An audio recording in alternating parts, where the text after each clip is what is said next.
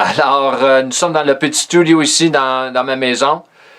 J'ai décidé de le faire ici. Et en tout cas, la prochaine, la vidéo que nous allons faire aujourd'hui, l'enseignement que nous allons faire, c'est sur la question pourquoi avons-nous tant de traductions différentes de la Sainte Bible? C'est une très bonne question et il y a beaucoup de livres qui ont été écrits sur cela. Et moi, j'ai pas pris mes notes sur les livres, par exemple. Moi, les notes, c'est qu'est-ce qui m'est venu à moi et qu'est-ce que j'ai déjà de bâti en moi. C'est bref, sûrement. Faire certain que tout marche bien ici. Alors, la réponse n'est pas bref. La réponse n'est pas bref. Mais la réponse aujourd'hui, elle va être bref. C'est juste le commencement. Nous pouvons faire autre enseignement sur le sujet. Alors, ici, j'ai marqué, le Nouveau Testament a été conservé dans plus de manuscrits que toute autre œuvre littéraire ancienne. Avec plus de 5800, bien proche 6000 manuscrits grecs, complets ou fragmentés, catalogués. Aussi 10 000 manuscrits latins et 9300 manuscrits dans diverses autres langues anciennes. Notamment le syriaque, le slave, slavique, le gothique, l'éthiopien et le copte et l'arménien. Mais nous allons, l'enseignement c'est sur le grec. Parce que nous savons que le manuscrit le plus exact, c'est sur le grec. C'est sur le grec. Alors, la première chose que j'ai marquée ici, c'est que nous avons la grammaire grecque, car tous les dialectes ont leurs propres règles grammaticales. Tout dialecte, toute langue. Aussi, j'ai mis le mot ici, perspicacité grammaticale. Alors, s'il y en a qui sont là laissez-moi savoir. Mais alors, c'est très important de savoir cela. Parce que tout dialecte a la grammaire. Alors, nous avons les temps, passé, présent, futur. Nous avons aussi les impératifs. Ça, c'est très, très important, les impératifs. Je vais faire toute une étude sur les impératifs dans la Bible. Surtout le Nouveau Testament. Les adjectifs, les verbes, les noms, les métaphores, aussi, nous appelons ça en anglais figures of speech, mais les figures de style ou façon de parler. Aussi, nous avons le grec compte 3 voix, les 3 voix. La voix active, la voix moyenne et la voix passive. Et pour moi, la plus importante dans tout cela, c'est la voix moyenne. J'avais enseigné beaucoup sur cela aussi. C'est très important de comprendre tout cela. Alors moi, je dis cela parce qu'il y a beaucoup de traductions. Ça n'a pas été bien traduit avec tout cela. OK? Ça n'a pas été bien traduit. C'est pour ça que nous avons beaucoup de traductions. OK? Ça, c'est une des raisons. Alors aussi, j'ai marqué ici, nous avons des traductions. Nous avons aussi des versions. Et aussi, nous avons, surtout en anglais, des paraphrases. Alors, moi, je me sers plutôt des versions et les traductions. Moi, je me sers plutôt des traductions que les versions. Comme un exemple, King James Version. La version King James. Mais, comme l'Amplified Bible, c'est pas une version, c'est une traduction. Alors, nous avons plus de traductions que des versions. OK? Alors, ça, c'est très important à comprendre aussi.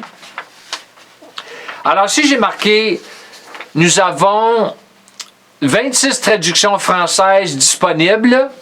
Probablement, il y en a un peu plus, mais disponibles. Ça veut dire imprimer tout cela, publié pour le public, pour acheter. Mais aussi, ici, j'ai marqué, ça c'est très intéressant ici, plus de 450 traductions en anglais ont été rédigées. Moi, j'en ai peut-être dans ma maison en livre, pas même sur l'Internet, mais en livre, je pense que j'en ai à peu près 100. Peut-être un peu moins, je ne sais pas. Mais, en tout cas. Alors, tout ce que... Pour moi, j'ai étudié le grec, l'hébreu, pas longtemps après j'ai été sauvé. Le Seigneur, surnaturellement, m'a vraiment introduit à tout cela. C'est tout un monde.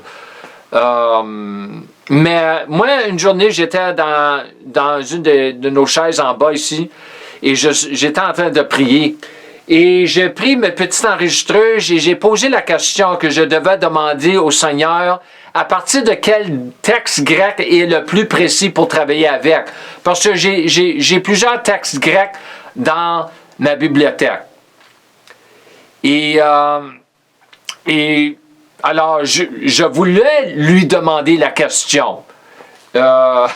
Je n'avais même pas lui demandé la question, mais l'Esprit Saint est déjà en moi. Hein? Il a entendu la question. Il m'a répondu tout de suite. Il m'a répondu.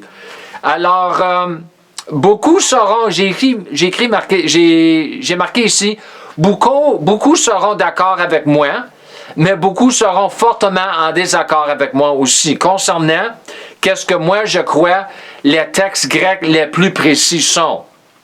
Alors ici j'ai marqué sur les notes, moi j'ai envoyé les notes à Jean, je ne sais pas s'il a fait des imprimes, s'il a imprimé les notes. J'ai pas de commentaires, j'ai rien, on dirait qu'il n'y a personne là, mais en tout cas je vais faire l'enseignement quand même. Nous avons premièrement le Textus Receptus, ça c'est la version King James. La King James vient du Textus Receptus, OK? Après, nous avons le texte reçu. Ça s'appelle, en français, ça c'est the Received Text en anglais.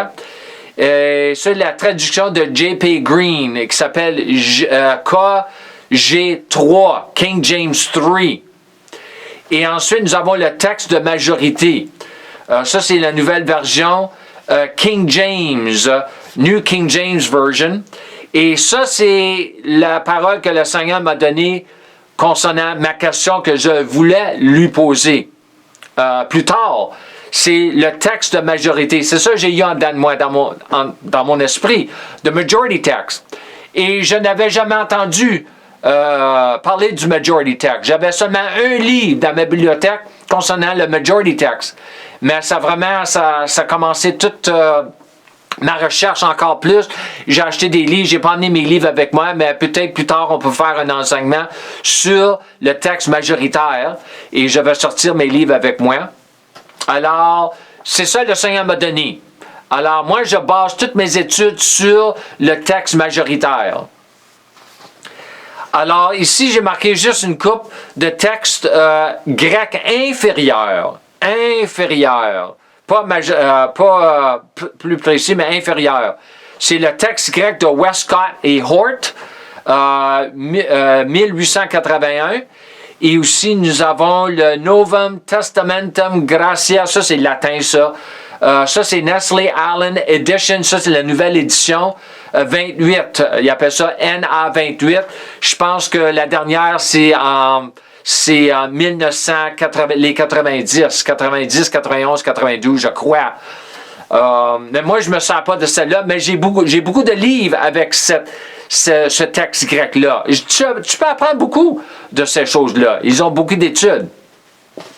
Mais si j'ai marqué ici, pour moi, ma version, ma traduction, celle que que je me sers le plus, mais j'aime me servir de beaucoup de traductions, mais celle que je me base beaucoup, mes études, mes notes, tout cela, même j'ai mentionné à un frère Jean l'autre jour, que même j'ai traduit quand j'envoie mes notes, c'est marqué, d'habitude c'est marqué Amplified Bible, Bible amplifiée, et je l'ai traduit en français, parce que c'est une bonne traduction, c'est pas une version, mais c'est une bonne traduction.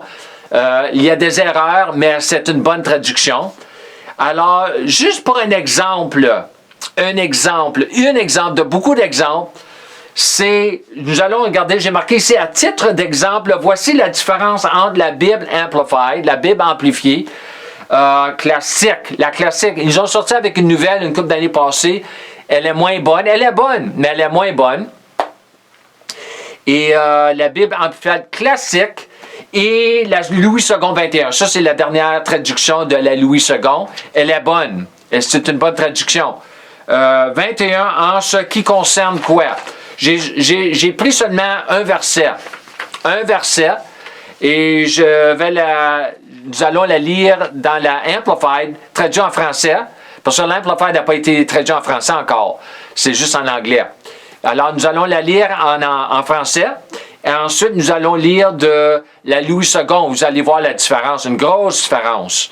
Alors ici, Éphésiens 2.2. Notre texte, notre verset, c'est Éphésiens 2.2, chapitre 2, verset 2. Dans lequel, à un moment donné, vous avez marché habituellement. Vous suiviez le cours et la mode de ce monde. Vous étiez sous l'emprise de la tendance de cet âge présent à la suite du prince de la puissance de l'air. Vous étiez obéissants et sous le contrôle de l'esprit du démon qui travaille toujours, constamment, dans les fils de la désobéissance, les insouciants, les rebelles et les incroyants qui vont à l'encontre ou contre des desseins de Dieu. Ça, c'est l'Amplified. Alors, nous allons voir comment court, comparé à l'Amplified, comment court est la Louis II 21. Louis II 21, c'est ici que vous pratiquiez autrefois conformément à la façon de vivre de ce monde, conformément au prince de la puissance de l'air de l'esprit qui est actuellement à l'œuvre parmi les hommes rebelles. Fini. Alors, vous voyez la différence? Il y a à peu près 3 lignes de différence. Il y a une raison pour cela. Il y a une raison, parce qu'il y a beaucoup plus de grammaire qui a été impliquée dans la traduction. Celle qui a traduit la Amplified, qui a créé l'Amplified, la version, c'est son dernier nom, c'est Seiwert, et son premier nom, je ne me rappelle pas son premier nom, mais Francis Seiwert. Et elle avait toute une équipe avec elle, une grosse équipe avec elle. Très bonne traduction. Beaucoup de charismatiques se servent de la traduction en anglais. Les charismatiques anglais. Alors, ici, j'ai marqué ici. J'ai utilisé toutes sortes de traductions différentes au cours des années et ce que j'ai découvert est la suivante. À travers de toutes les années que je me suis servi de toutes sortes de traductions, même de différents textes grecs, tout cela, beaucoup de commentaires, surtout sur le grec.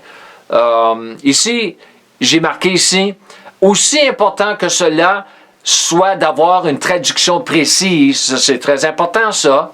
Ce que je recherche avant tout, c'est la révélation.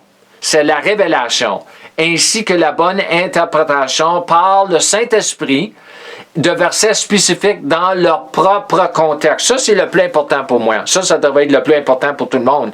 Alors, vraiment, l'Esprit Saint n'est pas limité à une traduction parfaite, parce que j'ai eu des révélations d'autres traductions qui sont moins bonnes, sont inférieures à autres traductions. Mais moi, quand je sais, si le Seigneur me fait voir quelque chose, il me fait voir que le texte majoritaire est meilleur.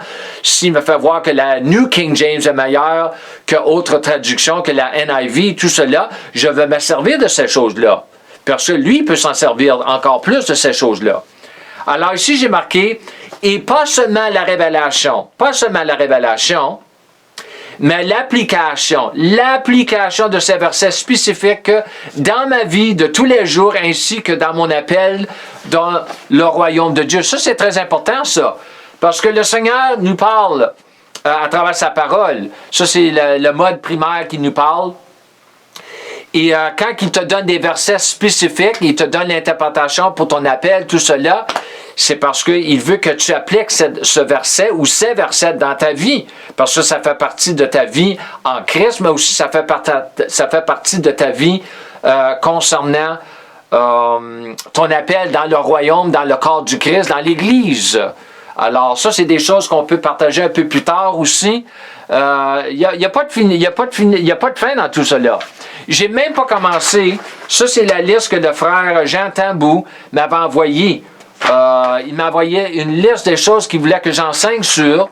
Et j'ai même pas commencé à toucher sur cela. Ça, c'est d'autres choses qu'il m'avait parlé, m'en avait parlé quand nous avions parlé sur WhatsApp une journée. Il m'avait dit, il y a d'autres choses qui me viennent à l'esprit, qui me viennent à l'idée. Si tu pourrais toucher sur ces sujets-là. Et j'ai dit, pas de problème, je vais commencer avec ce sujet-là. Éventuellement, nous allons toucher sur les autres sujets, les autres questions pour les étudiants et tous ceux qui écoutent. Alors, en tout cas, Je veux vous remercier encore une autre fois pour l'écoute, tout cela. Je vous remercie pour l'encouragement et je crois que les enseignements que je vous donne, ça va vous aider dans votre cheminement avec le Seigneur, dans l'Église, tout cela, même travailler ensemble, ça va bâtir l'unité, parce que ça fait partie de mon appel. Les choses que j'enseigne, ça fait partie de mon appel. Si ça ne faisait pas partie de mon appel, je n'enseignerais pas sur ces choses-là. Alors ça, c'est très important pour moi. Alors, je vous remercie encore une autre fois. Et on se reparle à plus tard. Probablement, nous allons faire un autre enseignement lundi prochain. Alors, nous allons essayer de garder les choses au même temps, à la même heure, autant que possible. En tout cas, j'aime ça afficher un peu sur mon Facebook, vous dire, laisser savoir d'avance quand nous allons faire un enseignement, à quelle heure et la journée, la date, tout cela. Alors, mais comme je finis tous mes enseignements, sur vidéo, je vous encourage en anglais, walk in the fullness of the grace of God, marcher dans la plénitude de la grâce de notre Seigneur Jésus-Christ. Amen et shalom.